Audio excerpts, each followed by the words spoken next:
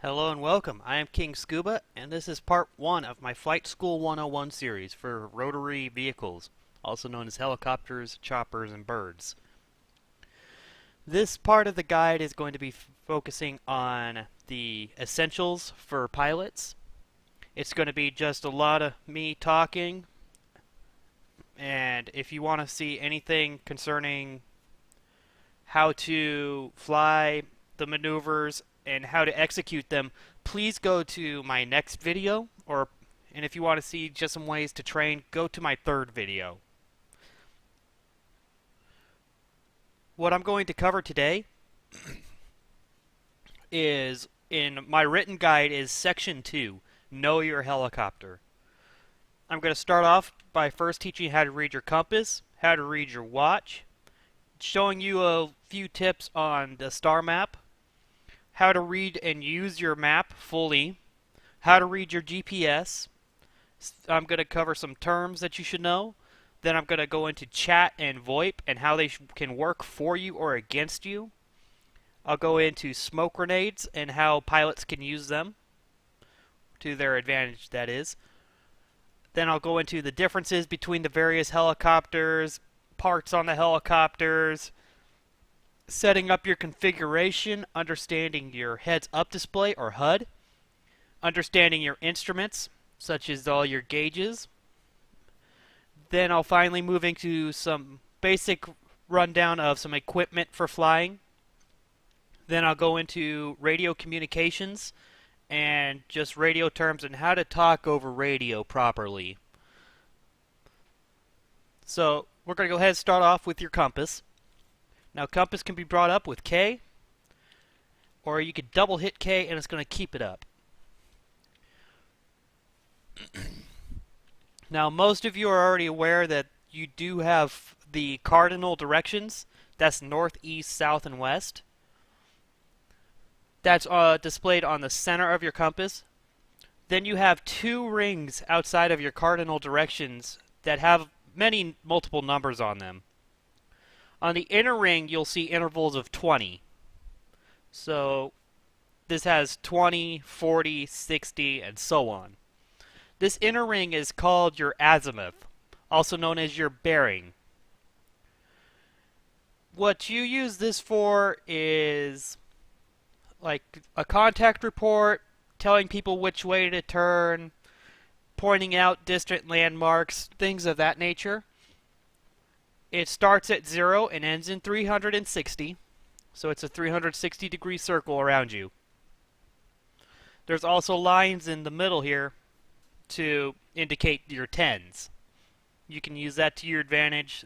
In between, halfway in between 20 and 30 would be 25, obviously, and so on and so forth.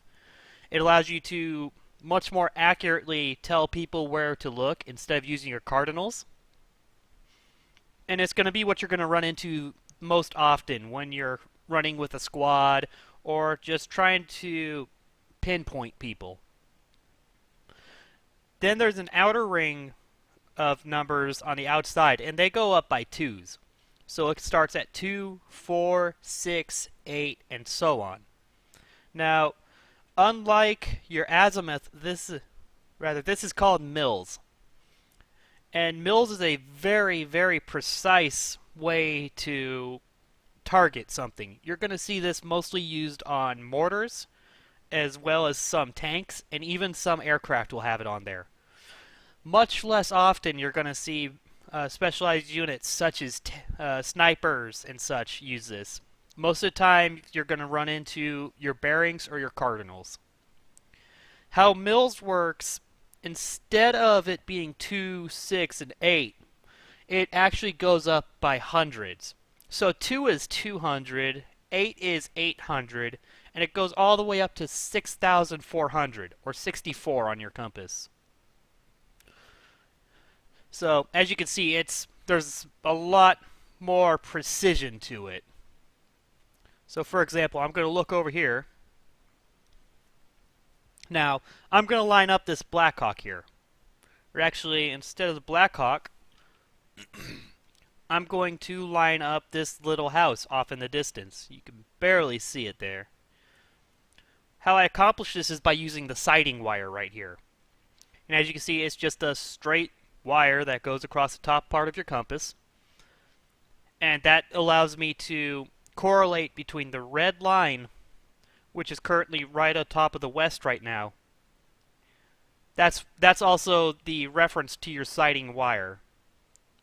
So it's good to know that. Now also, you have those little yellow lines right there, and that's roughly your field of view. So from where you're sitting, you can see in between 260 and 310, roughly. Obviously, it's not, precise, but it gives you a very narrow field of view, so you can actually relate to it. Now, as you can see, if I say that I'm looking at the house to the west, just bring down my compass real quick. Okay, I see 3 houses, a large building, a radio tower out there. Okay, so that could be that house, that house, that house, that house for building. Hell, we could also say it's something over in this direction, like that little shack right there. That's west.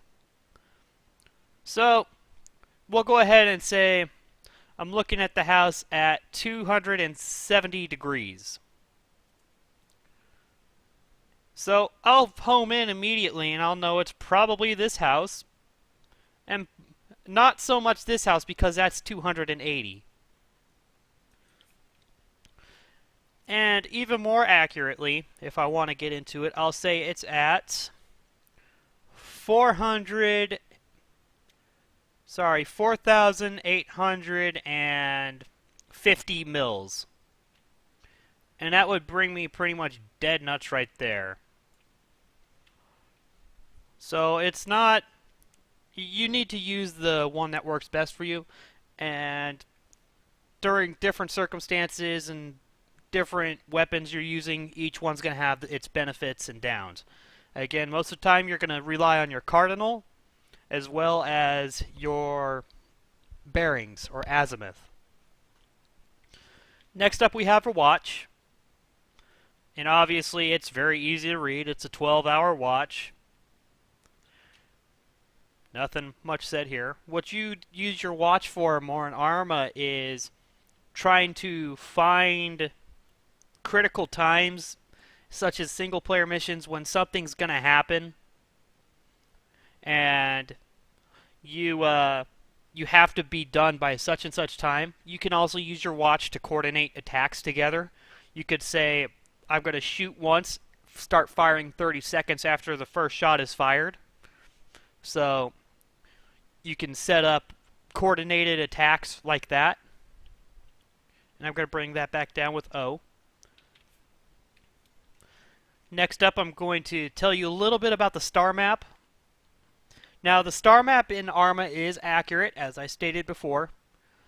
And you can find your way north, south, east, and west, whatever direction you want, by utilizing this star map.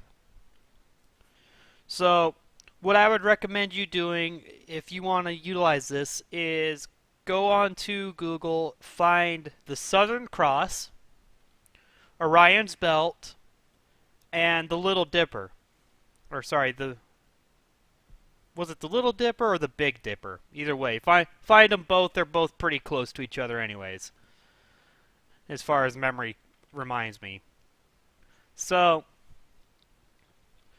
you can utilize this to tell your direction if you have no map, nothing.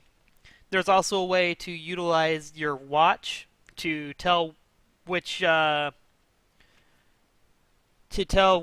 way you're going. You point your hour hand towards the sun, and you bisect the minute hand and the hour hand, and you're going to have north if it's before noon and south if it's after noon.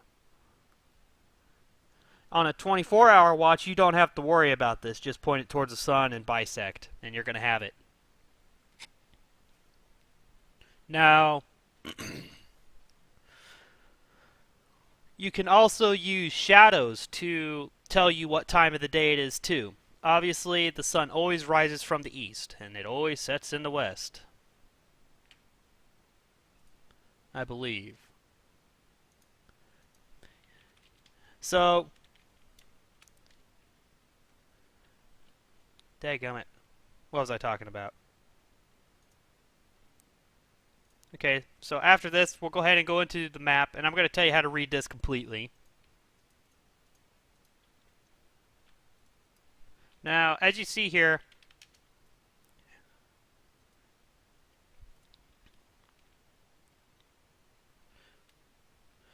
blah, what am I doing here? My apologies. So as you see here, we have a map of Altus, which is currently the premier map of Arma 3, which was released. And this is the biggest one to date. Now, if I scroll all the way out, I have multiple grids right here. They're very large. Each one of these grid boxes is 10 kilometers by 10 kilometers square. If I zoom in, I'm going to get even more grid boxes. And each one of these is 1 kilometer by 1 kilometer square. So we're starting to get kind of big here. I'm going to go down even further, and I'm going to get even more grid boxes. And these are now 100 meters by 100 meters. Now, 100 meter by 100 meter is a 6-digit grid system. Okay? So, by utilizing this grid system, we can pinpoint where we want to be. So, for example,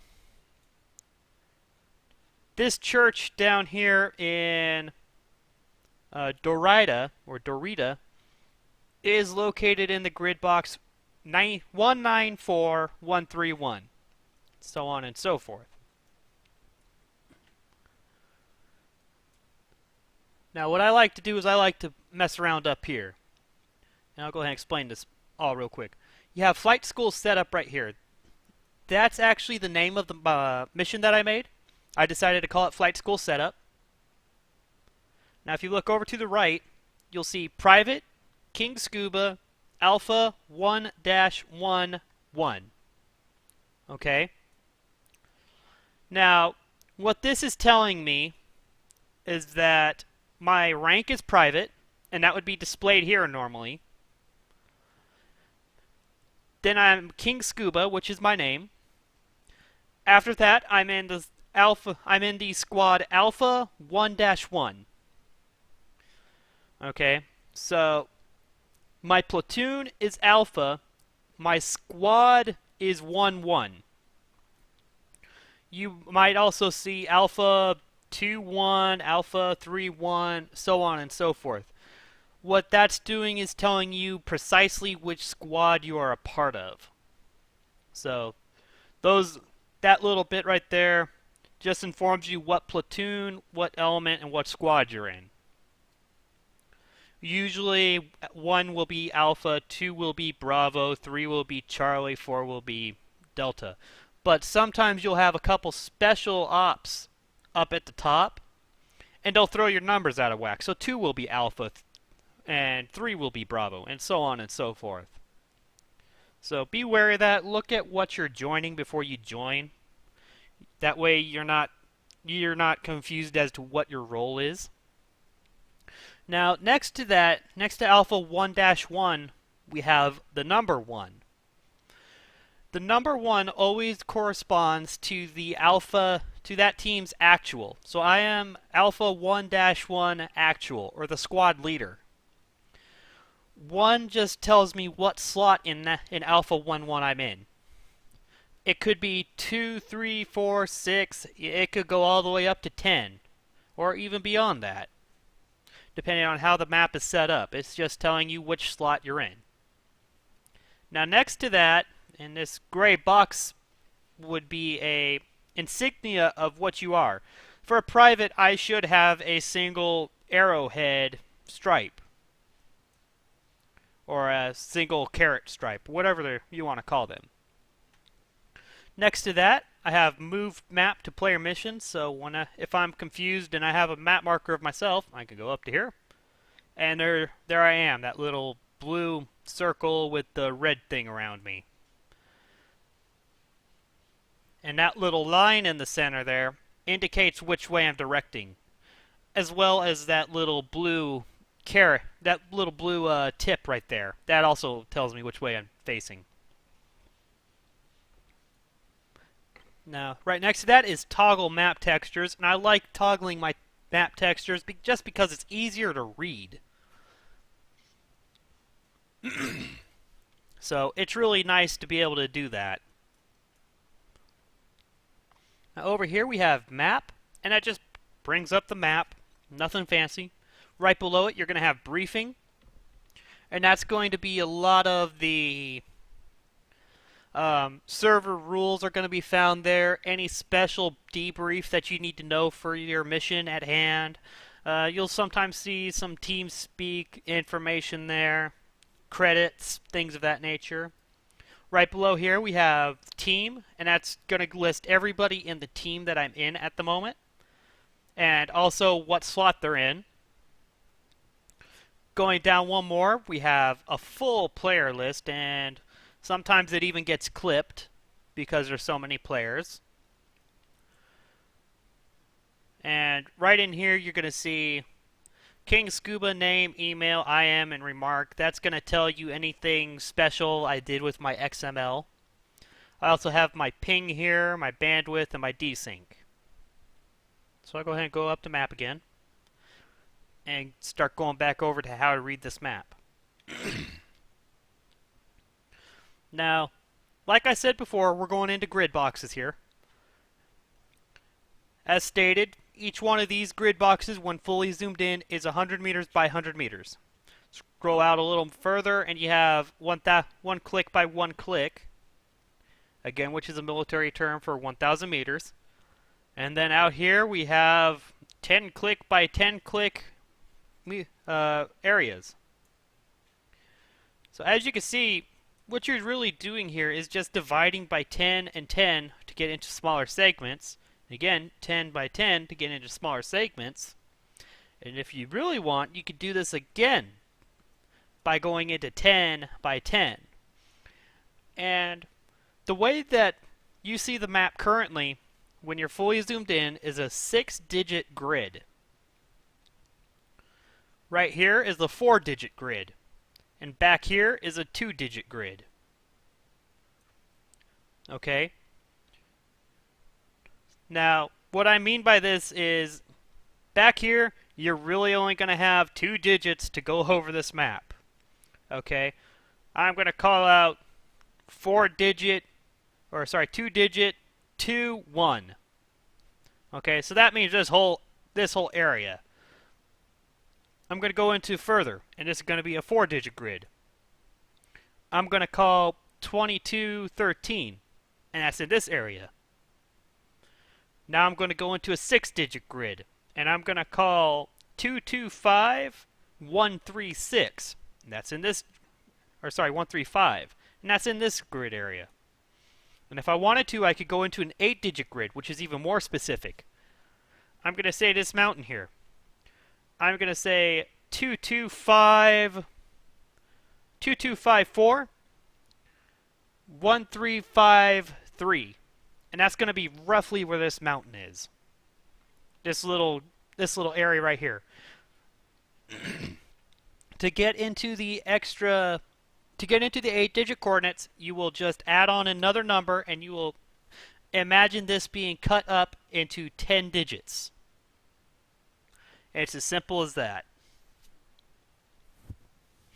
As you can see, if we were to scroll out, you have 22 here to 23. So it's going to be 220 all the way up to 229 when I go in further.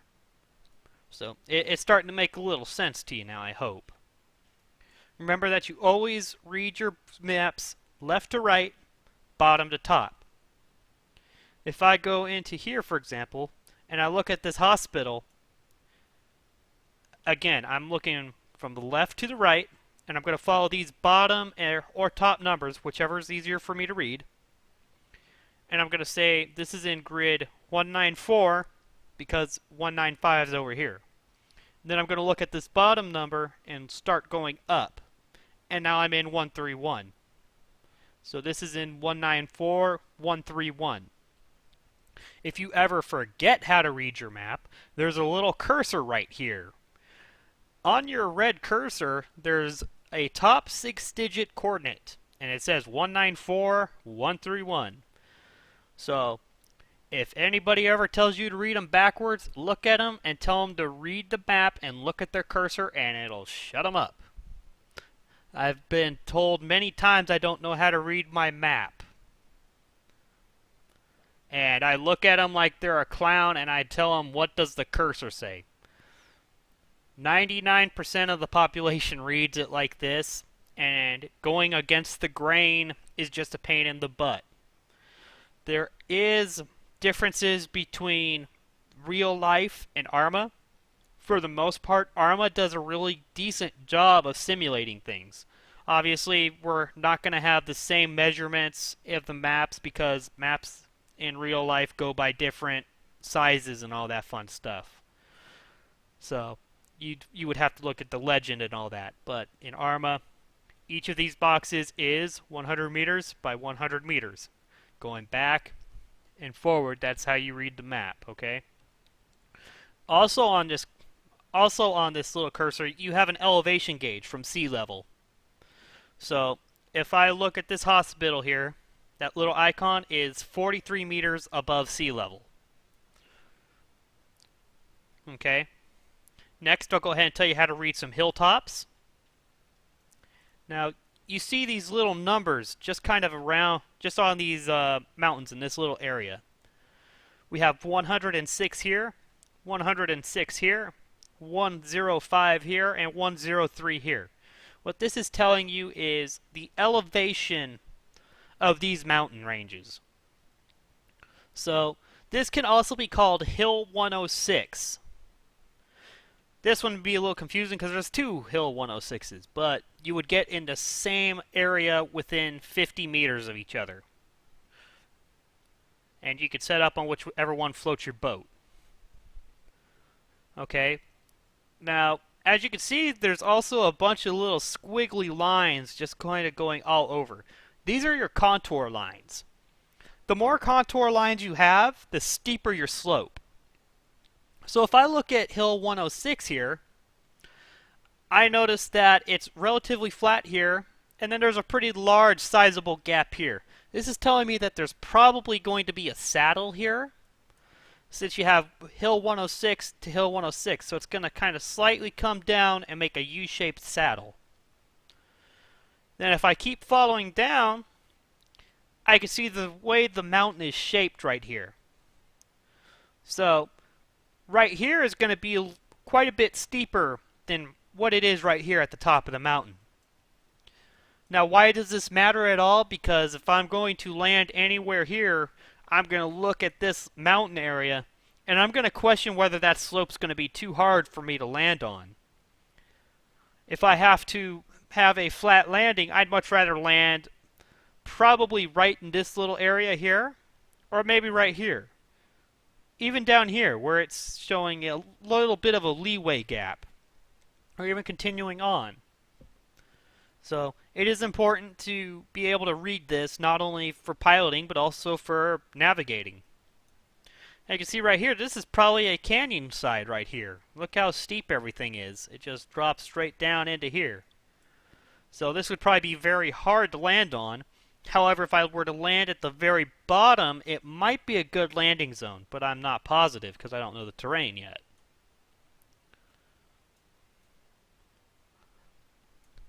I'm hoping I'm keeping you up to track here so far.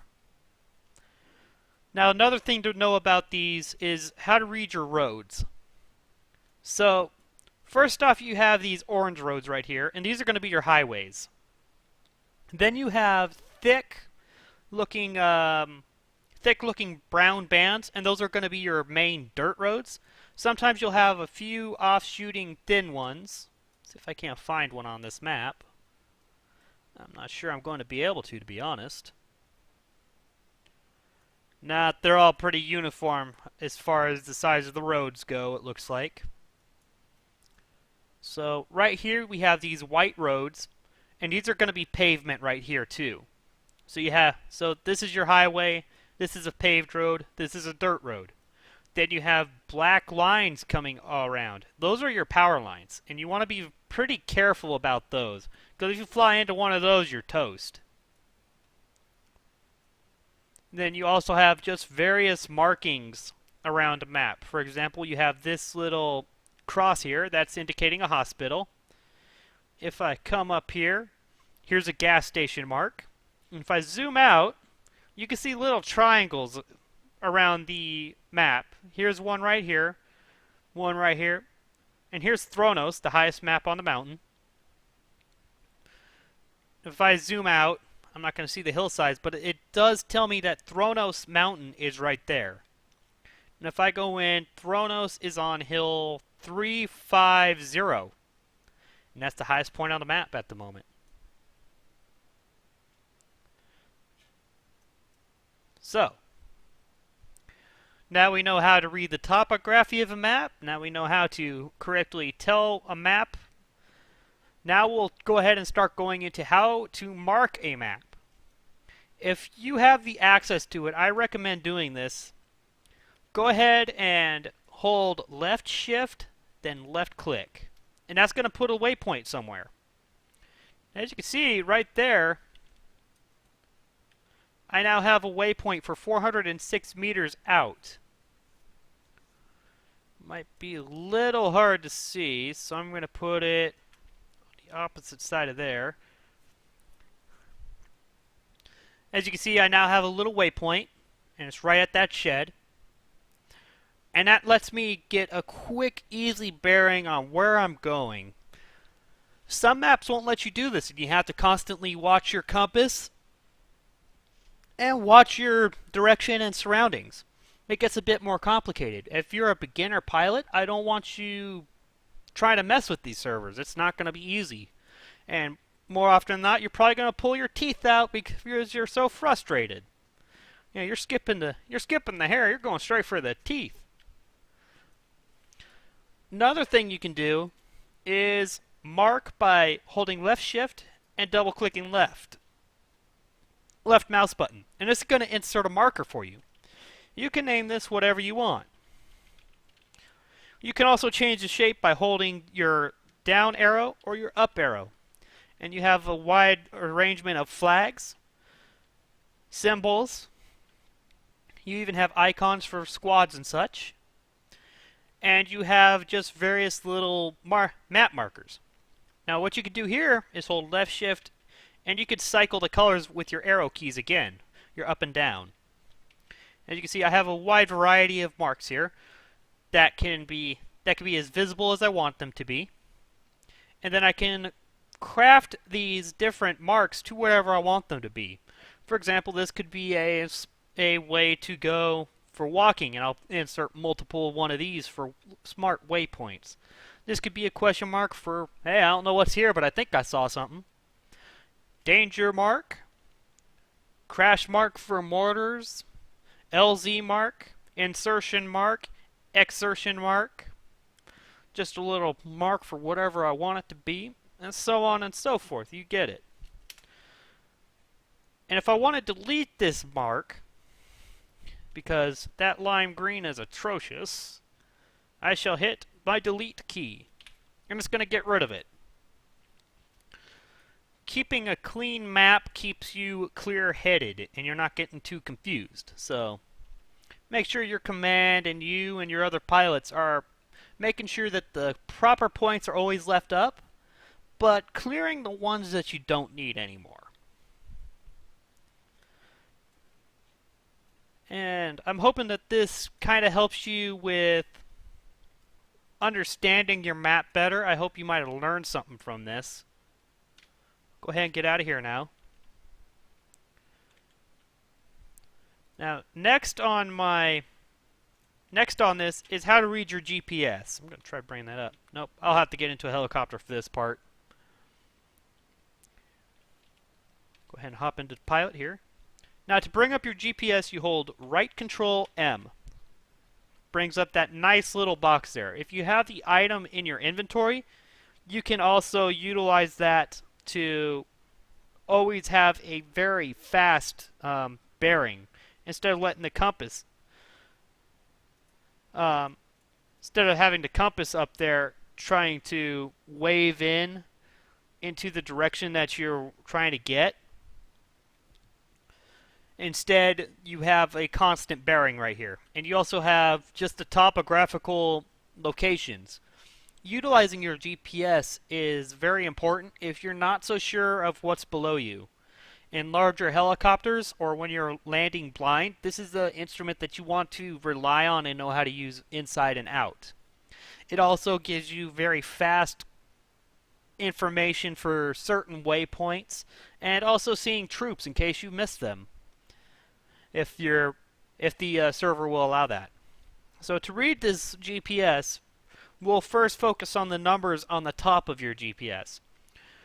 In the top left, you have a 6-digit coordinate, 148163, and that's the area, that's the grid box that I'm in. After that, we have in the middle we have 135, and that's the bearing that my helicopter is facing, as you can see. And then we have the time right next to it in the top right corner. It's saying it's 12:32, and I'm confirming that. Now if we look in the small box, we're also getting some topographical data. As you can see, we have 2 white lines in there, which is representing the highway, or sorry, the runway that I'm on. And then we also have a small grid box, and that's going to tell me if there's any buildings or possible hazards in my way, or if I'm landing on top of water and I'm blind to it. And if I'm blind to something, it means I can't see it. And that's not a good thing to be in. You always want to try not being blind. So, the GPS is a very vital tool. You should always try having it up. Next thing I'm going to go ahead and go into is just some various terms you need to know. And this is quite a long list of just various terms. So first off, we'll start off with LZ. This is short for landing zone, and it means the point that you're going to land on. We have ingress, which is the path you plan on taking to your LZ. Egress, which is the path you plan on taking away from your LZ. Then we have inbound and outbound. Now, while ingress and egress are the same thing as inbound and outbound, they're not. Because inbound and outbound are actually radio commands that you use for ingress and egress. So inbound means you're going to a location. For example, Orca 1 inbound to airfield. You could then say outbound like this, because you're leaving a location. You could say Orca 1 outbound from LZ Alpha, saying I'm leaving this area. It's just to give a quick status update. Again, we have click, K-L-I-C-K. It's a military term for distance, as said, and it's 1,000 meters is 1 click. We have RTB, which is short for return to base, and you might also hear this as Romeo Tango Bravo if you have heavier accents. That's part of a phonetic alphabet, and that helps translate things over the airwaves easier so people aren't getting confused. That will be covered in my radio ops section down below. Then we have flight plan, which is the mapping of an overall flight plan from your position to the LZ and beyond. We have NOE, which stands for Nap of Earth or Nape of Earth. This is a flying pattern that involves you flying 35 meters or below to the Earth in order to avoid AA. And AA stands for anti-air. This could be something such as this can be really anything. that can knock you out of the air. It can be a tank, or it can be a missile, or anything. We have AAA, or AAA, and that stands for Anti-Aircraft Artillery. Now this is starting to narrow it down. This means that it's either a tank with anti-air capabilities, or it means it's a rolling artillery or static weapon with anti-air capabilities. We also have SAMs, S-A-M, and that stands for Surface-to-Air Missile. A great example of this would be the Titan AA launcher, because it can lock onto you and blow you out of the sky from the ground. Next we have Actual, and this is another way to say squad leader. For example, Delta Actual means Delta Squad Leader, or Delta Lead. SL is short for Squad Leader. We have AO, which stands for Area of Operations. This is the mission area where enemy contact is highly likely, or an objective that you need to complete is in the AO. We have FOB, F-O-B. It stands for Forward Operations Base. And a FOB is a little base that's set up inside enemy territory, and it's used as a base of operations to help supply an attack. So you're going to have ammo, weapons, food, rest, all that fun stuff is going to be in a FOB. Then we have FOV, which is short for Field of View. And it's literally what you see in your line of sight, or your LOS, and how far it goes out. If I'm really thick in fog, also known as the goo, then my FOV is very short, so I don't have a great FOV. Then we have command. A command is a person or people in charge of multiple units. For example, an actual is a commander of a small squad. Then you have a platoon commander who is in charge of multiple squad actuals. Then you go up all the way to what was it?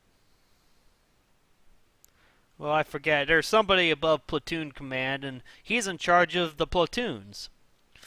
So it goes up, and you have command telling you want to keep this short to about a command only wants to be in charge of about 3 people, and branch it off from there. If a commander is in charge of too many people, it starts getting really hectic, and things just don't get carried out very easily. However, if you have too many commanders, then stuff's going to start hitting the fan, and commands are going to get very hard to understand, and very skewed, and lots of miscommunication is going to happen. Fine balance there. Next we have Roger, which means OK, also 10-4. Wilco is short for will comply. It's a radio term. Then we have countermeasure flares, and that's shrapnel fired from the rear of your aircraft to avoid laser-guided AA ordnance. You want to apply this pretty much as soon as a missile is locked on to you and fired.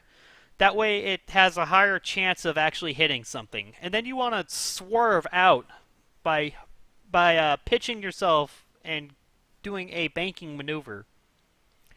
And a banking maneuver is a maneuver that allows you to sharply turn while maintaining or lessening your speed.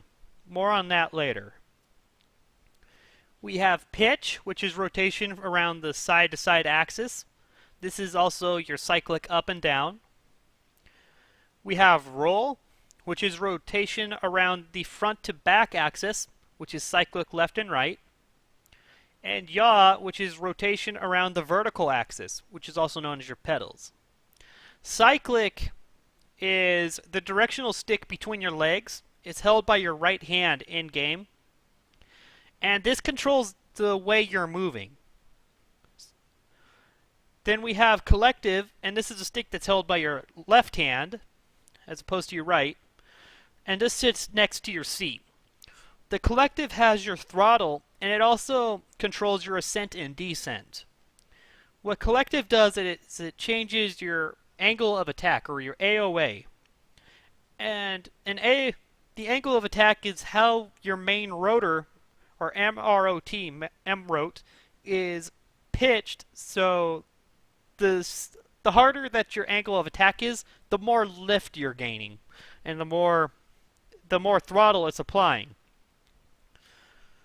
So, on your collective, you have your throttle, which is held by your hand, and then you're also changing your angle of attack, which is controlling how tilted those main rotor blades are.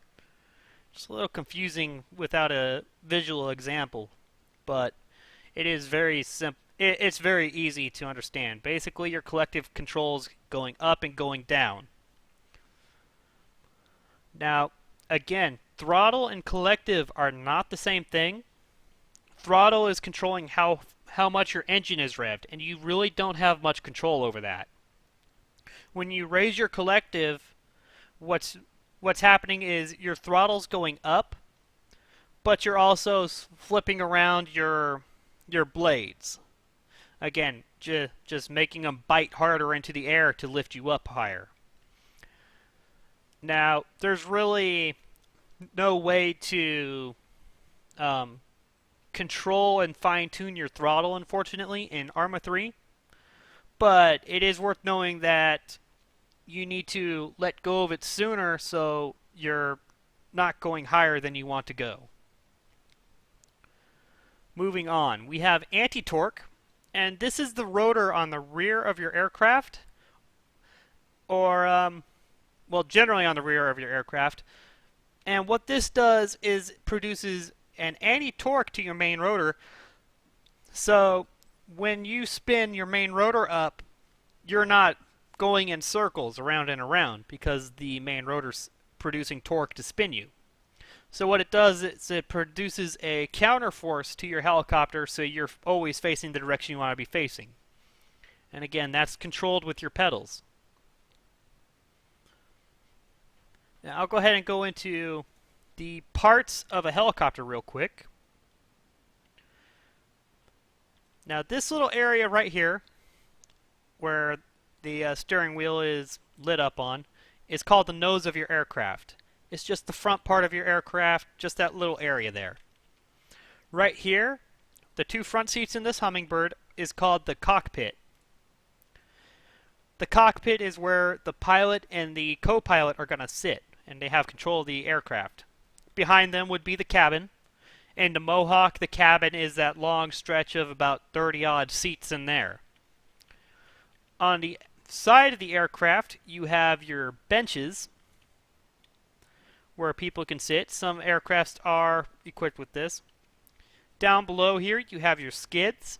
There's also a little mirror that functions attached to your skid so you can see the ground a little better.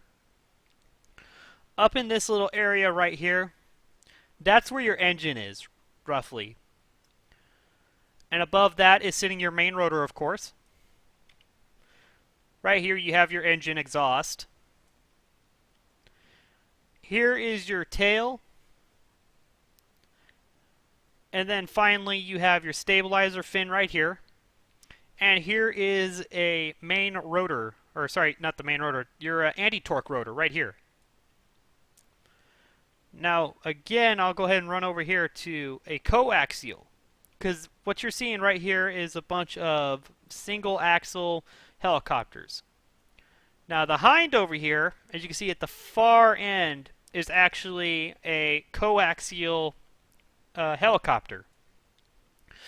What that means is that the two blades are working together. One is your anti-torque blade, and the other one is your main rotor blade.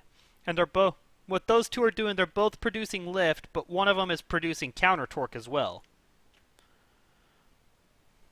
Then you'll also see helicopters such as the Chinook, and that's called a tandem blade helicopter. It's got two different main rotors, and they're spinning in opposite directions to produce counter torque while also producing lift. Again, just go ahead and Google Chinook if you don't know what it is. It's that big green helicopter with two giant blades on it. Alright. On some helicopters, instead of skids, for landing gear you're going to have wheels. Now, the Cajman down there, also known as a hind or a black shark, can, like the Mohawk here, can land complete airplane style, going well over 100 kilometers an hour, and you can land them both airplane style. For the rest of these, if you even think about doing that, you're gonna crash and go boom. So you do have a little bit more drift compared to skids like this Hummingbird on these wheeled variants, but not by much. So knowing how your landing gear works is a good thing to know. It's worth taking 30 odd minutes and just testing this and seeing just how far you could push that aircraft. That way you have a very good understanding of how fast you can drop it down. Because again, Arma 3, while it is a great sandbox simulator, it's not a true flight simulator such as something like DCS. So you can be pretty rough with these birds and still get the job done and fly home without a scratch. Alrighty. Next we have acceleration and deceleration. And that's just the act of either increasing or decreasing your velocity. And velocity is the rate of change in position of an object. So a high velocity means I'm moving pretty quick. Altitude is how high you are from the ground. Spin up is a verbal command for start your engines, and spin down is the opposite, shut your engines off. Dust off is another way to say take off. Again, bank is a maneuver for turning. A hover is a very basic maneuver and one everybody should strive to perfect. It's a maneuver where the helicopter maintains a set altitude with little motion left, right, front, or back. You're just staying in one spot at the same altitude. A Helocast is when you insert troops from a hover over water. Orbit is a maneuver where the helicopter circles a wide area. This is also known as holding pattern. And what you're doing is you're just flying forwards with the side of your aircraft facing the center of what you're flying around. A funnel maneuver is roughly in orbit, except you're keeping your nose pointed to the center of what you're circling around. This is great for gunships, or if you're in a helicopter and you're trying to keep your eyes constantly on one little area. That way you can try providing some recon for your troops. And recon is just allowing, keeping your eyes from above and providing like an overwatch situation for the troops on the ground. That way nothing sneaks up on them.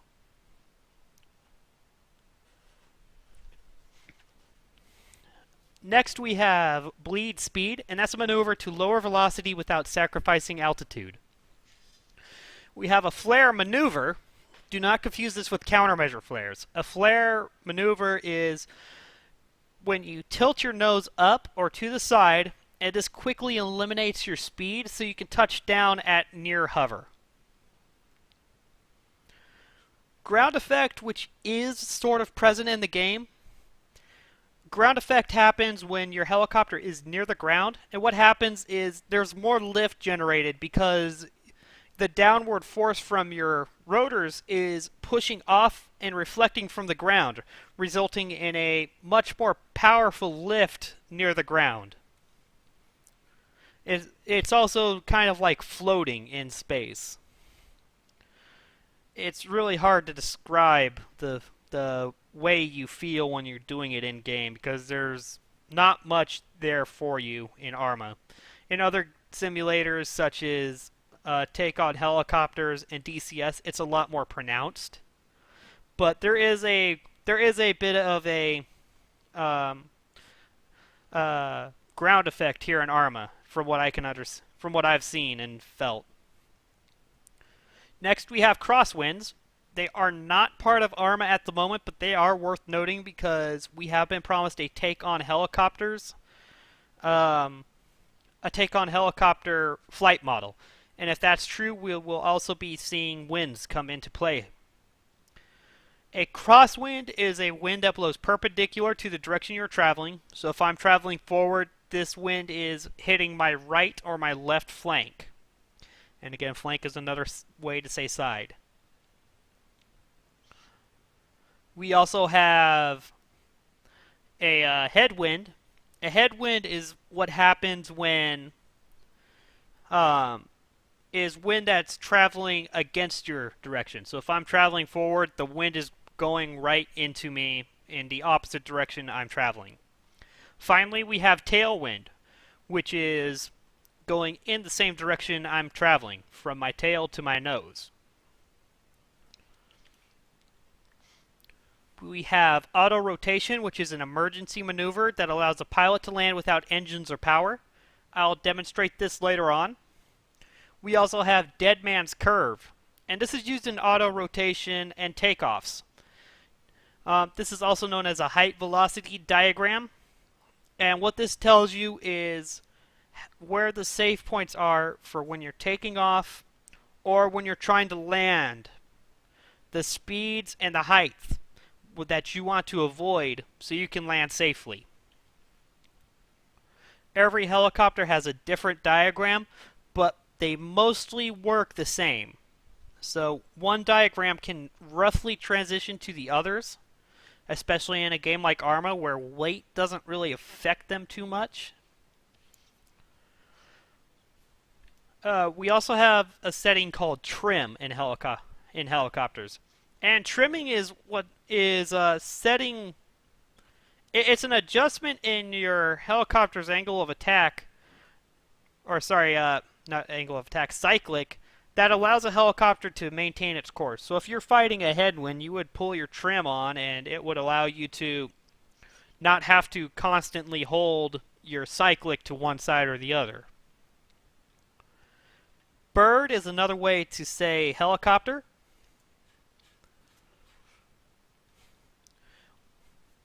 Then we also have Medivac, MEDEVAC, and that's short for medical evacuation. And 9 times out of 10, this takes the form of flying a medic to the front lines. We have transport choppers, and these are choppers that are specialized in transporting troops and material. A gunship is a helicopter outfitted with weapons. CAS is short for close air support. Bingo is a predefined amount of fuel that will allow a pilot home safely. So if I say bingo fuel, it means I'm near empty and I'm getting kind of dangerous. You can perform below bingo levels. However, it is at the risk of the pilot because they'll probably crash and burn before they can get home. Danger close means that there are enemies within 100 or 200 meters of you. That or you're firing very close to friendlies. So for example, I'll say contact danger close. That means that there's enemies near me. However, if I'm in a gunship and somebody says you're firing danger close to friendlies, that means I need to keep very careful aim on my guns or stop shooting altogether. We have radio protocol, and that's the use of radio language and terms and to set rules to enable speedy communication. Again, this will be at the end of this video. We have aviation slang, and that's just various slang words used in aviation for brevity's sake. Then we have the phonetic alphabet, and this is an alphabet designed for A to Z and 1 to 0 for clear understanding when talking. Again, more on this later. We have blind, and this again is a term to say you can't see something. Landing blind or I'm blind to an aircraft are examples. A bogey is an unidentified aircraft. This can be, you want to treat this as an enemy at all times, just in case it decides to whip around and start firing on you. A bogey can be friendly, neutral, or enemy. So, you want to be careful. And a bandit is an enemy aircraft. It's good to know bandit instead of like a contact or something, because this allows you to quickly inform people that it's an aerial threat, not a ground threat. Locked on is when your target systems are locked onto a target. And finally, painted is when you use a laser designator to designate a target for CAS.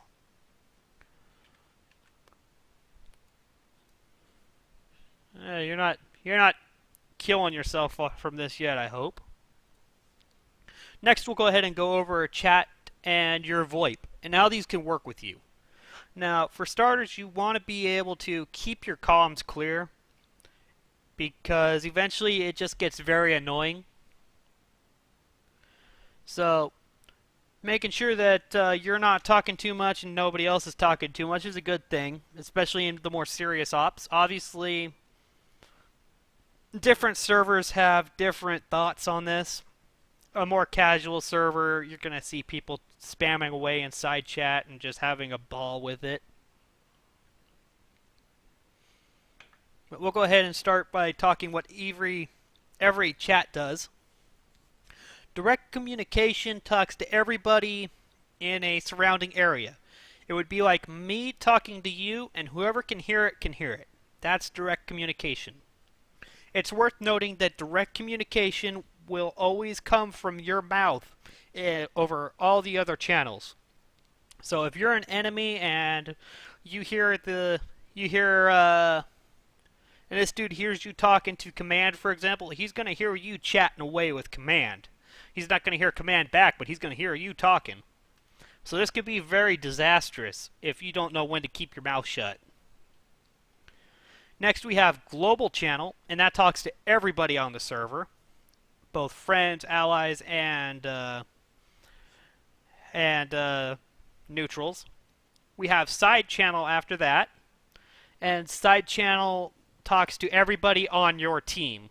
So if I'm on Blue 4, it's going to talk to everybody on Blue 4. We have command channel, and what that does is it talks to everybody who's in a squad leader, actual, or command position. So all the squad leaders, all the command elements, and anybody else who is in the first slot of a squad is going to be able to hear this. Next we have dadgummit. We have a group channel, and that talks to everybody who is inside of your group. Tempting offer. Pardon me.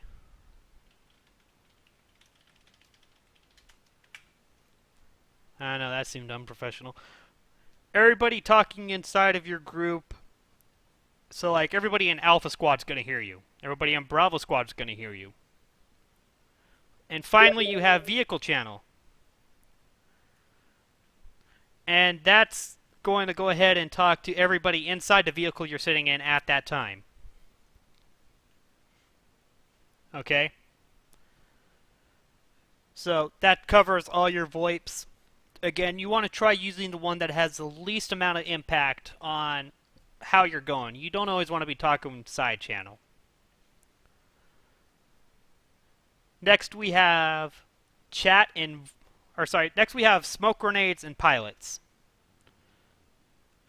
And that is not what I wanted to do. Oh shit. Hate when I do that. You hold the left control button and you hit G and it don't like you. Alrighty, so we'll go ahead and pile out some green smoke real quick. I'm just gonna toss that. And that's gonna start smoking where it sits. Obviously, you know what a smoke grenade is. It's a lovely thing.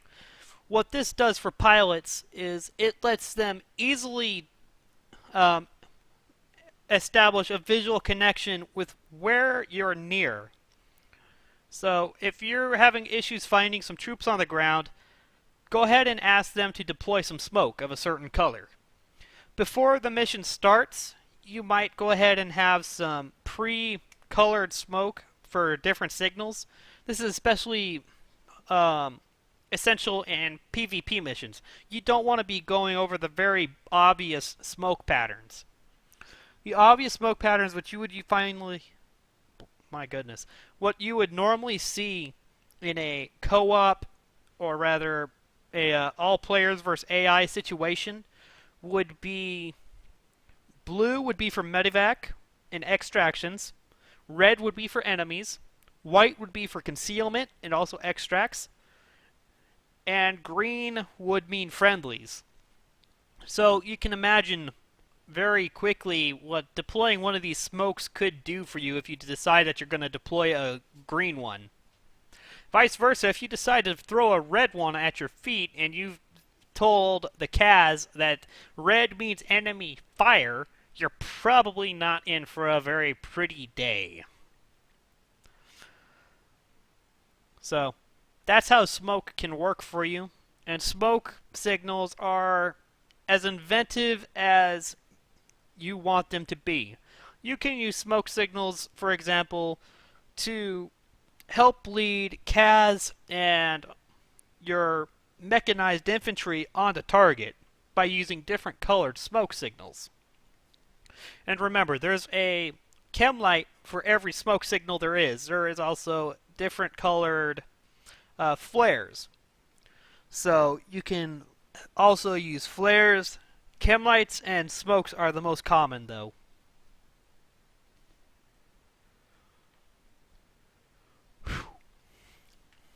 Now, I'll go ahead and go over the differences between various helicopters. There is going to be quite a bit of moving in this. So the first one I want to talk to you about is a light-framed helicopter. This is a light-framed helicopter right here. This is the MH9 Hummingbird. The things about light frame helicopters is usually they are small in frame and their speeds can vary quite dramatically. Some light frame helicopters are very slow, while others can go pretty quick. The MH9 Hummingbird has a top speed of around 240-250 kilometers an hour. Light helicopters also don't have a lot of bullet protection in them. For example, this is very open, so if somebody shot through this window with just a standard weapon, it's going to kill the pilot. A couple shots to the engine and it's going to go down because there's hardly any armor on it. Next up we have this Ghost Hawk and Orca. These are two medium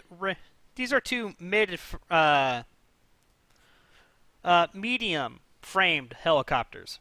They're a little larger. They're a bit bulkier with their armor plating, and they can generally transport more goods and troops to the field. These are generally your transport choppers. And again, as you can see, these have a bit more of a bulletproof glass to them. They also have some weapons on them, and they have multiple seating in the back.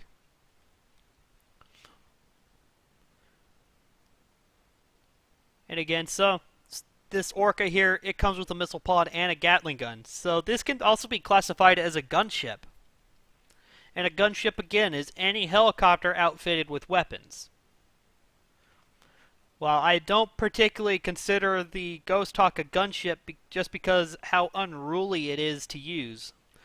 By my definition, it still falls under a gunship. And again, there's two ways you can use gunship. You could just use gunship to inform people that that thing has weapons on it and it can fire, or you can use it to tell people that, for example, one of these three helicopters right here, the Cashman, the Blackfoot, and the Pawnee, those are all three true gunships. And they are meant to inflict as much damage upon the enemy as possible. Okay, guys, I got sidetracked. Next we have the final one, and it's a heavy framed helicopter. While the Mohawk can be technically classified as a heavy helicopter, it handles much more like a medium helicopter.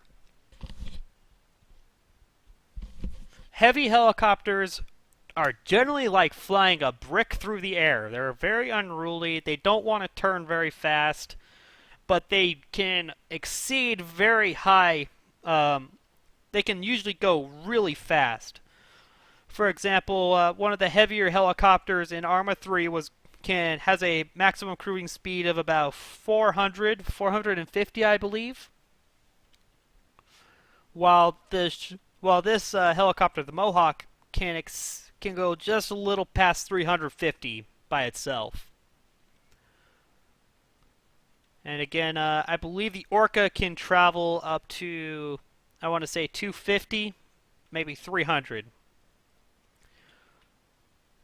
Generally, these larger aircrafts can move quite a bit faster distances. They're just a little harder and more, obviously there's more to them, so they're harder to land due to where your tail might strike, and you don't have that big of a view if you're standing in the cockpit. Now finally, moving on to the gunships. One thing to note about gunships, they generally come in two frames. Obviously, you have your light one for your Pawnee. And these two are kind of like, they are mid-frames, but they're very agile, both of them. So they're almost in the light airframe, too. Now, one thing to know is that the Cashman, or the Hind, is kind of like the mutt of the family here. Not only is it a gunship, it's a transport ship. So it kind of has a multi-service role. It can provide CAS, it can provide long-range ordnance, and it can transport troops into the AO. And it goes quite fast. It goes up to 250, I believe. So a helicopter's role is really whatever you decide it to be, depending on what mission you're doing and how you're planning on executing that mission. So it's worth knowing how to actually use your helicopter and all that. Now I'm going to go ahead and go over here, and I'm going to pop into the pilot seat of this Pawnee. And what I'm going to do is I'm going to go ahead and start setting up my controls. So I'm going to hit Escape, Configure, and Controls. If I have a controller, I'm going to select Controller here, and I'm going to highlight the controller that I want it to be on. If after playing with the controller I feel that there's something not right about it, maybe I want it more touchy, or maybe I want my dead zone increased, I could go into here. And this is going to bring up the four main things on my control panel. My X-axis, my Y-axis, my Z rotation, and my slider. Now, the X-axis generally is left and right. Y is front and back. Z is when I twist my hand. And my slider is my throttle. Dead zone is actually, it's a small space when you move your joystick where nothing is picked up. If your joystick is kind of loose, you might want to consider increasing this dead zone, because when it leans, it might decide that it wants to take your helicopter off to the side with it. And the best way to know if you need to increase your dead zone is if you're not touching your joystick at all, and you're flying, and your helicopter is always leaning to one side or the other, or always going, usually just left or right, because your helicopter is naturally going to level out when you're flying if you're not holding it down. So don't worry about that. That's not a dead zone issue. But if it's constantly leaning to the left or the right, or you feel it's way too twitchy, you'll want to increase your dead zone. That way it takes out any issues with a loose joystick or too twitchy. And by twitchy, I mean, the slightest movement causes it to go left really hard, for example. The slightest movement tends to take it, going in one direction or the other. Your sensitivity dictates how fast that movement is going to be.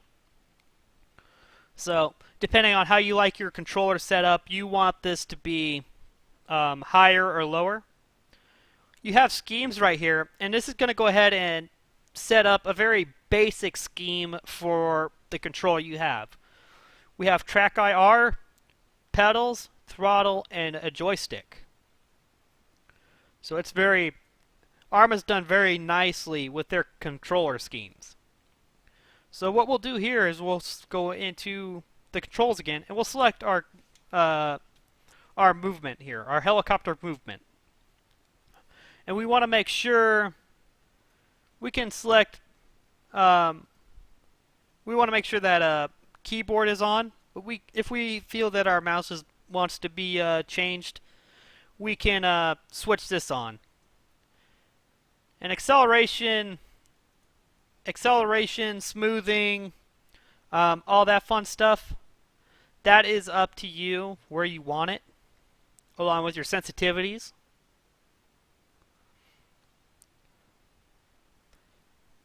Now, cyclic forward is how your helicopter pitches forward. This is how you gain your speed when you're moving.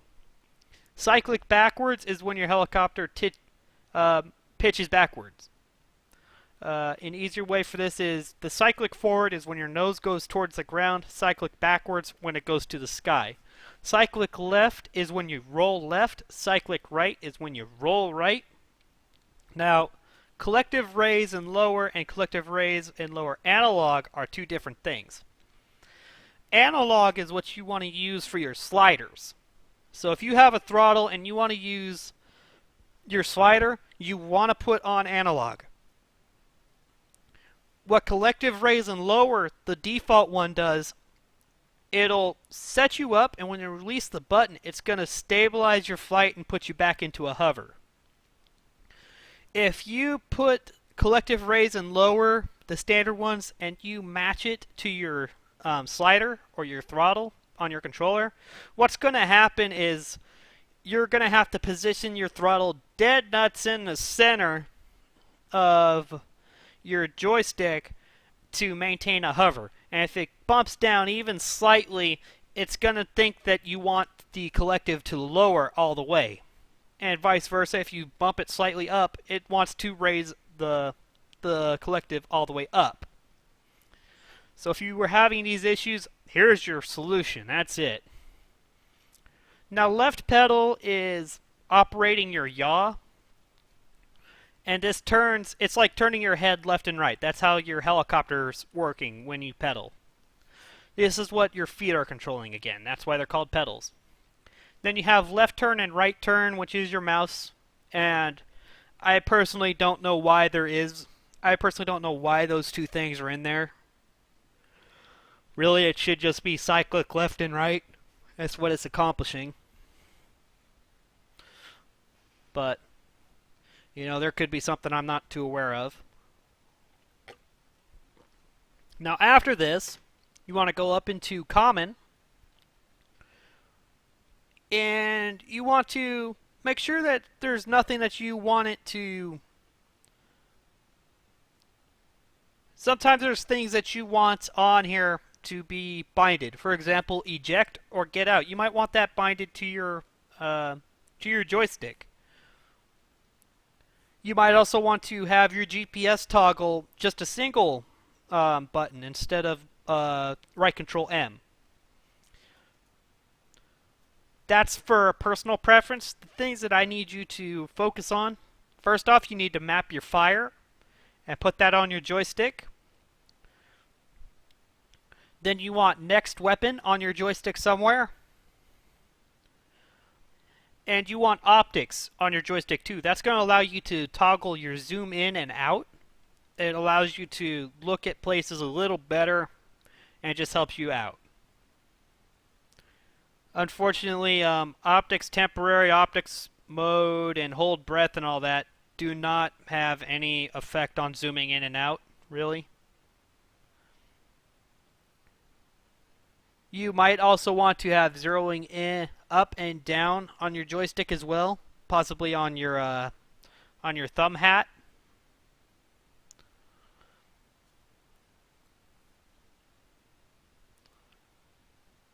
And then you want to probably bind your lock or zoom, or reveal target, or next target. And those three are pretty much doing the same thing, to be honest with you. They're just in different places. They're pretty much the same things. Finally, you might want to have countermeasure on your joystick. Again, it completely depends on how you like it. You might also want to have your countermeasure mode. Even though there is no differences between countermeasure modes at the moment, it's there for a reason. They might change it and let us shoot off single flares or something else. And in here, if you have track IR, this is where all your track IR stuff is right here.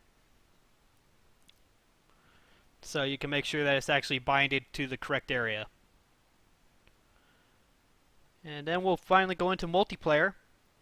And this tells us all our voice over net, our push to talk, and all that fun stuff is. I like having my push to talk mapped to my joystick. It makes life easier. However, I do not mess around with these talk on global side and command only things. It's just annoying. I would much rather just quickly cycle with my period key. But that's just me. Alright, next up we'll go ahead and tell you how to understand your HUD. Again, this is in my written guide. It might be easier for you to understand. In the top left we have AH9-Pawnee, AH-9 Pawnee, and that's just telling me I'm in the attack helicopter 9 Pawnee. Okay, that's just the name of the bird I'm in. There's a white line right below that, and that's actually how much gas we have. It'll progressively change from white to yellow to red. And red is not a gas place you want to be in. You want to make sure that you have enough gas to keep going. Next we have hull, which is just the general frame of the helicopter and the state it's in. Engine, how damaged your engine is. INST is your instruments. Mostly that's not going to affect you. If you're in a gunship or something where your HUD is following your cursor, then that's going to start blinking when it's damaged slightly and completely disappear when it goes red. ATRQ stands for anti-torque, and that, again, on the Hummingbird is going to be the tail rotor. If you use your tail rotor, it's going to go red, and you're going to start spinning really hard at low speeds. In another video, I will demonstrate how to fix yourself from that. MROT stands for main rotor, and that is this main rotor sitting above my head. If that goes bye-bye, you're sinking to the ground, and you will go boom, and there's no way to save yourself. To the right of this, we have 0km/h, and that's our speed. We're going 0 kilometers an hour at the moment. Right below that is 0m, and that's how high off the ground we are. Not how high off sea level we are, how high off the ground we are.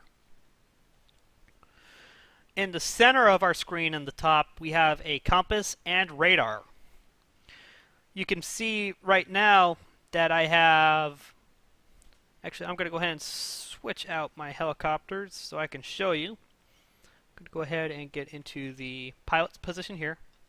And if you look now, you'll see that I have two different triangles here, a black one and a white one. The black one indicates where I'm looking, and the white one indicates where I'm looking, and the black one indicates where my gunners are looking. So if my gunner is looking way off to the side, I want to make sure that my gunner, if he's set there, I want the helicopter to be facing that position. So if he fires something, it's going the way he wants it to go, like a rocket or something. Right below that, we have a number that's constantly changing, and that's just your bearing. And then obviously, in this compass, you're going to see multiple things go ahead and light up. You're going to see diamonds or pyramids. Sorry, pyramids, not diamonds, or triangles, and what those represent are air contacts. Green is friendly, orange is a bogey, gray is disabled, and finally, green is friendlies. And red is enemies, of course. Then you'll have squares. Squares always indicate a ground vehicle. And the same applies. Gray is disabled or unmanned. Red is for enemies. Orange is for unidentified or bogeys. Well, not bogeys, but, it's unidentified. And green is for friendlies. You'll also sometimes see red circles that are hollow, and that means that you have a SAM or anti-aircraft ordnance locking onto you and getting ready to fire. And soon after that, you're probably going to see a red M coming right at you, trying to shove its rocket up your tailpipe. At that point, you want to make sure that you're banking and trying to get out of the way of that. Alrighty. I'll go ahead and hop out of here. Hop back into the Pawnee. And what I'm going to do now is explain to you how to read all of your instruments. Starting up top here, we have a temperature gauge, which doesn't work, and here is a azimuth right here. It's also known as a vertical situation right there. Or sorry, horizontal situation gauge. Just tells you what bearing you're facing. Down here, in the top left, we have starting in the top left of that big gauge there, we're going to do the big group of 6 first, left to right, top to bottom, and then we'll do the vertical smaller gauges after that. So the top left is going to be your airspeed, followed up by your vertical horizon, which is the blue and the brown one. That just tells you where your nose is pointed in your relation to the horizon. Next to that is altitude gauge, and that goes up by, that actually doesn't go by meters, it goes by feet times 100. So and this again relates to above sea level. So right now I'm something like 60 foot above sea level, it's saying. Down here we have our engine torque. This is the engine oh, my bad. This is the rotor RPMs. After that we have a compass again.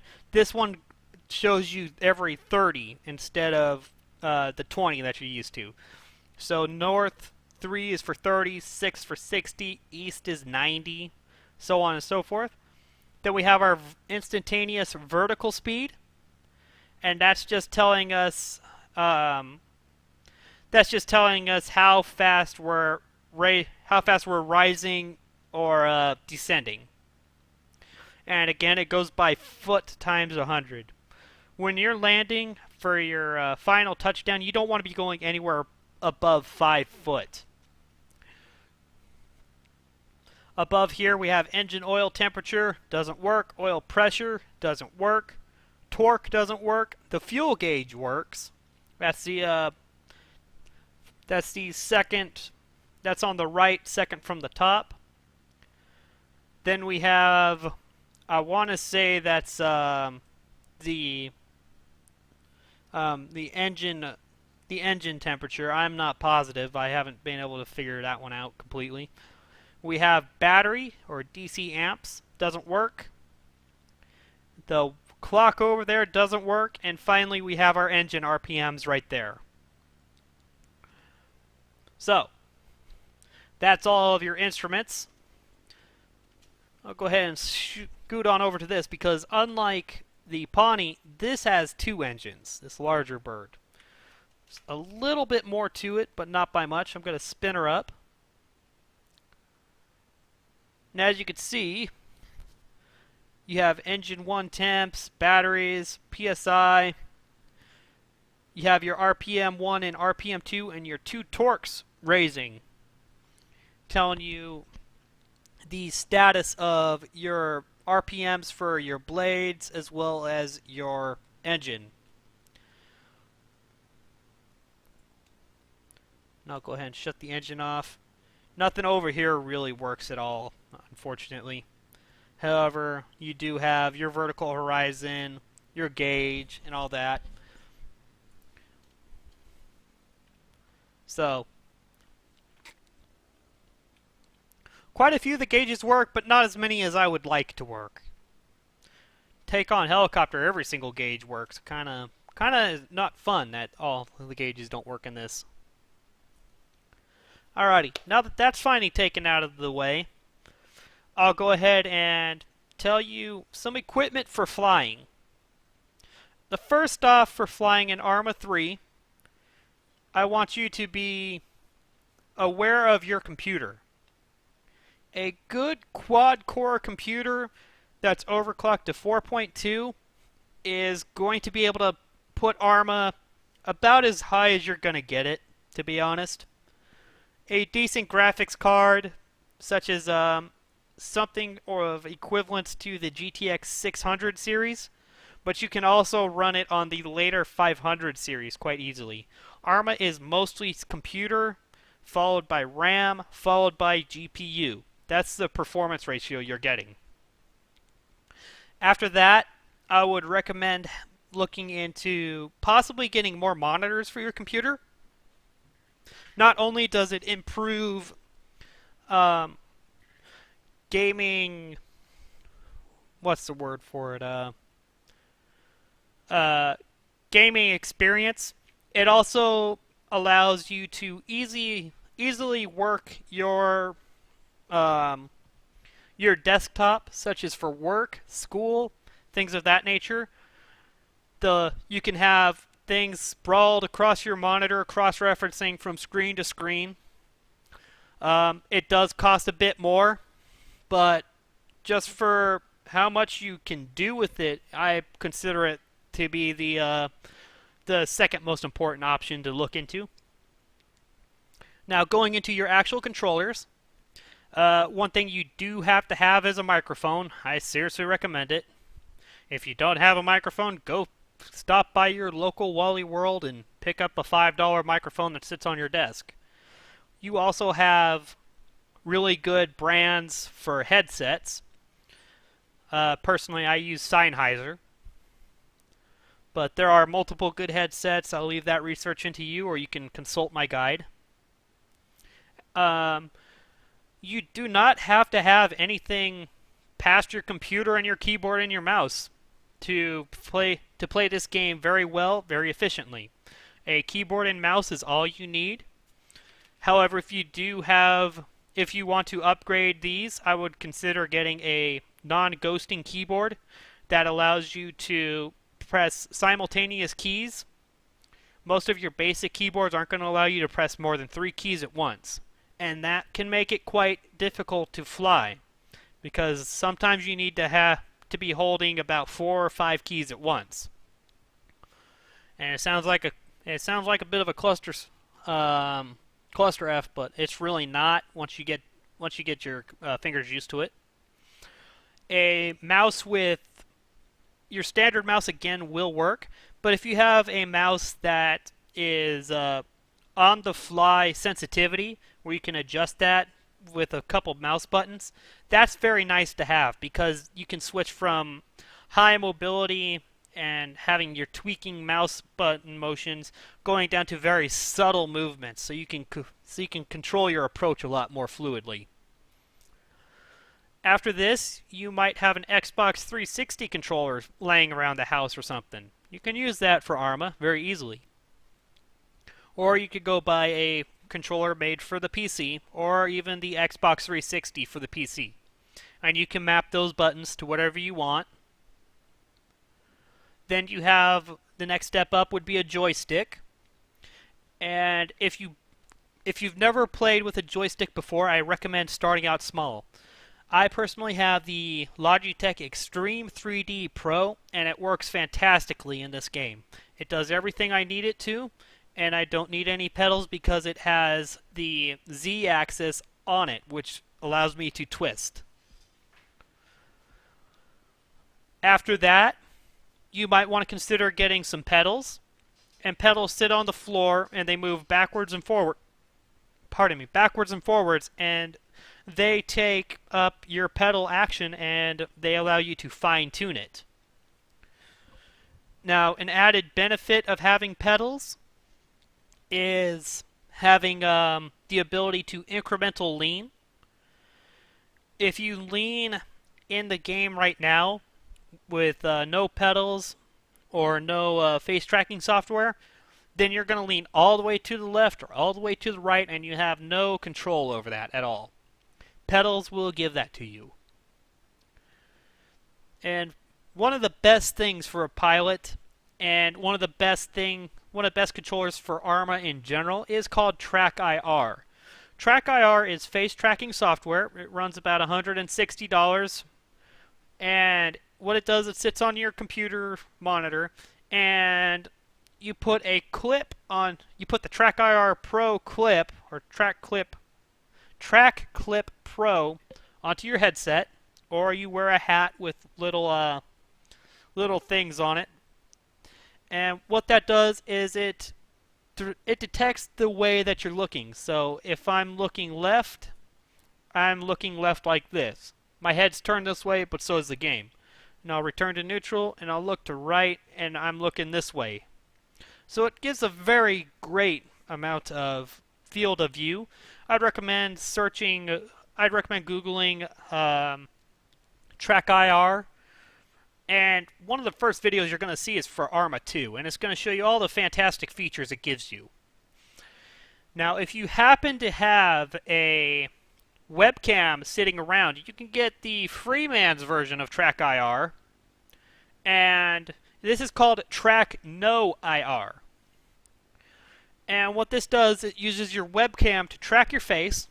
It won't be as exact as TrackIR, but it will be very similar, and you can kind of get a feel for if you kind of like the technology at all, because it might be fairly annoying for you to be using this, and when you turn around, you might not want, when you turn your head, you might not want it to turn with you.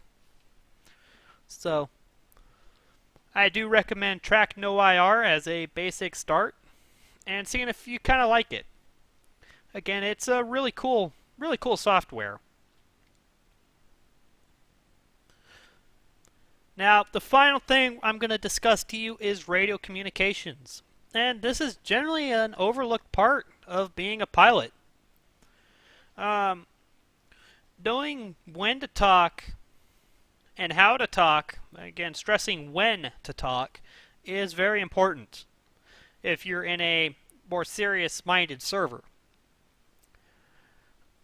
Every server, every clan, and every nationality will run their communications differently. So don't be too surprised if what I'm telling you isn't exactly how somebody else is doing it or exactly how you've learned it. What I'm going to go over is some various things that I've learned, and they get me by. They're the basics, the very standards, and you can use them in real life too. The first thing that you might find is that people rename the helicopters into call signs. Now, they'll usually do this for one of two reasons. In a PvP server, they're going to call them call signs, so the enemy, if they happen to overhear it, they don't know exactly what's coming or what's going on. In a co-op server, this is done to either help solidify what the chopper is doing for other people to know. For example, in one server I play, they have a ghost talk, and it's called Angel. Angel is in charge of medevac and resupply, so it's the angel of the field. So it's easy to remember that. But you might also hear, just for example, from my experience, I've had ghost talks called Dark Horse 1, Dark Horse 2, Pawnee can be Archangel, and Reaper would be a Blackfoot. So, whatever names that the server decides to assign this aircraft, that's their call sign. Now, if there's a number next to the call sign, that means that there's more than one of that particular call sign. So if there's two ghost talks, the first ghost talk is going to be Dark Horse 1, the second one's going to be Dark Horse 2. This allows you to quickly and easily talk to an exact pilot. Okay. Now, speaking properly with the right terms is pretty important during radio communication. Here's a few of these to know. Affirmative is yes. Negative is no. This is, it's used to state who you are. For example, this is Reaper 1. Radio check and mic check, this is used to ask for a radio signal check. Reading you, LC, loud and clear, and 5x5 in the number system, that's all. I'll explain that in just a moment. Come in also means you may begin speaking now. For example, command, this is Reaper. Command would say, come in. Or sorry.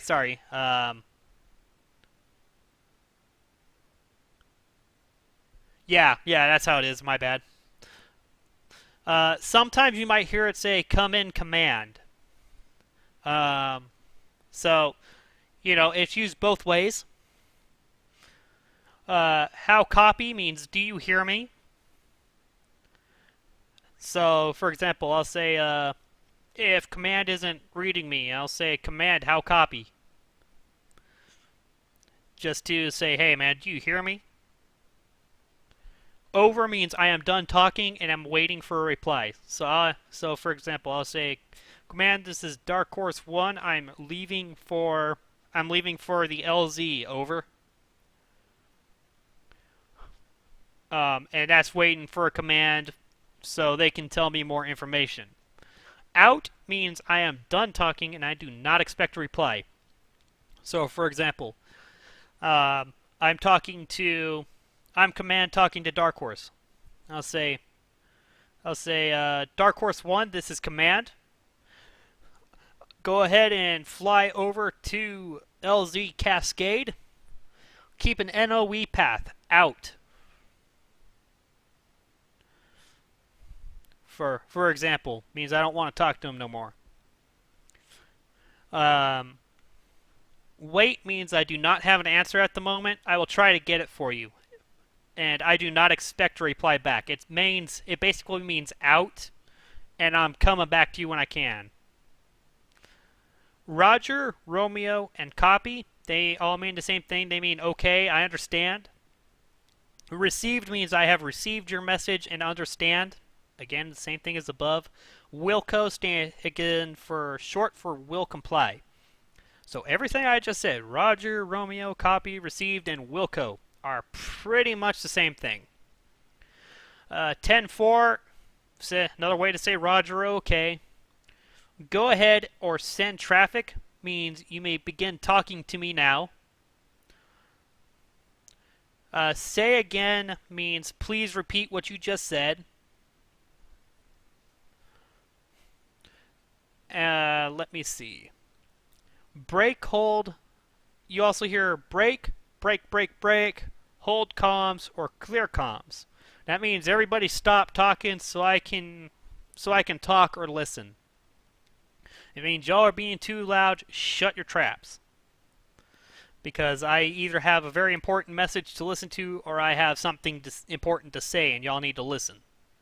So if you hear that, be respectful, shut your trap.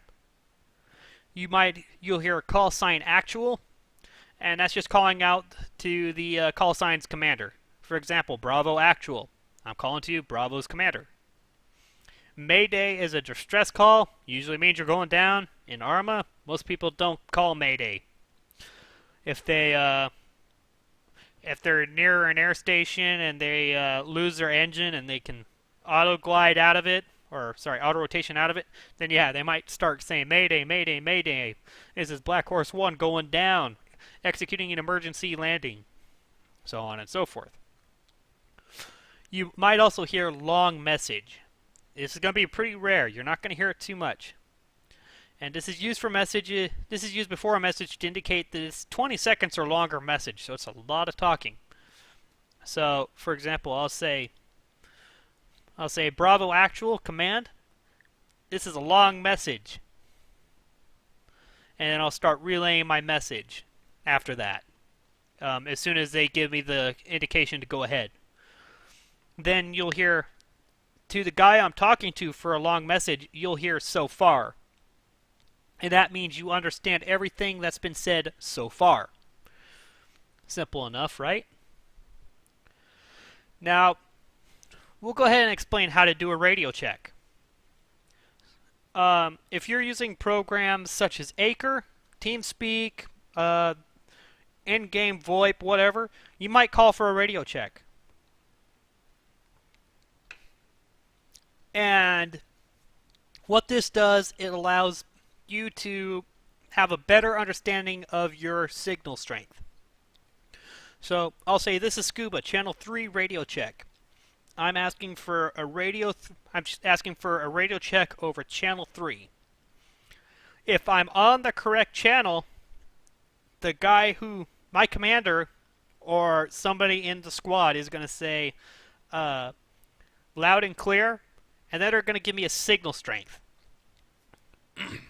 And then they're going to say my name. So they're going to say loud and clear 5x5 Scuba. Or loud and clear Scuba 5x5. Now the 5x5 is actually a quality rank for how loud and how strong my signal is by how clear it is. So on a scale 1 to 5, 5x5 is the best you can get. It means the first 5 means that it's loud and understandable. It's just loud and strong signal. And the second 5 means it's clear.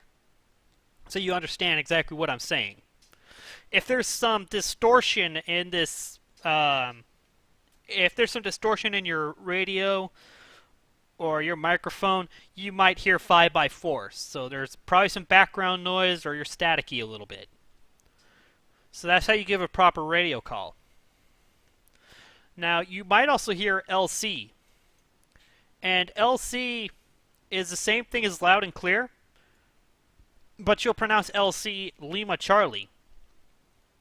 And that falls through to the phonetic alphabet. Lima is for L, and Charlie is for C. The phonetic alphabet actually goes through and it helps your listeners understand you better. For example, B and V sound pretty close. So instead of saying B or V, I'll say Bravo, or Victor. That way you actually hear it. So for example, if I want to say BV109, I'm going to say Bravo Victor 109er. Now, to bring up this special point, Niner is the only number that isn't exactly the way it's usually pronounced in English. 1 is 1, 2 is 2, 3 is 3, so on and so forth. Niner is 9 because it's either to avoid confusion with the German word nine, or because it sounds like 5 to some people. So, just be wary of that. Now, when you talk to command when you're piloting, it's again short. You just need to talk to him and, in short words, just tell him you understand, relay his message back to him so he can talk to other people who need to be talked to. So, for example, here's a command talking to me. He'll tell me, I'm Dark Horse 1. He'll say, Dark Horse 1, spin up. Take the squad to LZ Cascade, fly north and east.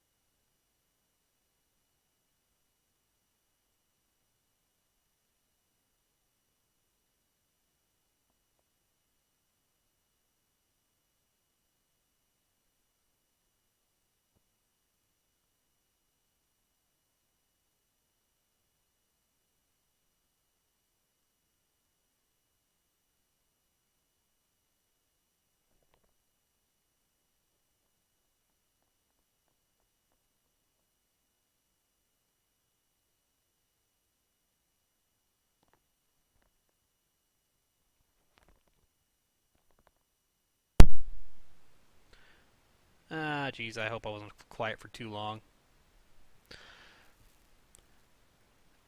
So, they might decide to call these different names on the runways to go ahead and focus on what the runways are. So again, you will go ahead and look at these runways here, and you have runway 04 here, and then on the opposite side you have runway 22. So when you're approaching one of these runways, you want to call the number that's closest to you. So if I'm down here and I'm starting my takeoff from this runway down here, I'll say taking off from runway 04. Okay? And then if I'm coming in from the southwest here, I'm going to say I'm coming in to runway 04. That way people know I'm approaching this direction. It's all pretty simple, to be honest.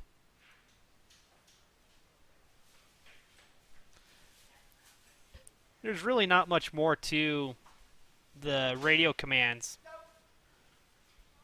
So I'll go ahead and leave this here for you.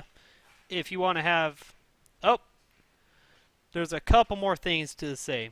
Whenever you want to begin talking, the standard format is the player squad you want to contact, your name, then wait for the go-ahead. So, for example, I'll say Bravo Actual, Dark Horse 1. Bravo will come back in. This is Bravo, send traffic. and I'll send my message to him. Now, now instead of saying Bravo Actual, this is Dark Horse 1, I can be brief and say Bravo Actual, Dark Horse 1. And that's just going to go ahead and allow me to quickly say what's going on and who's talking to him. So it's a very standard format. I recommend you learn it.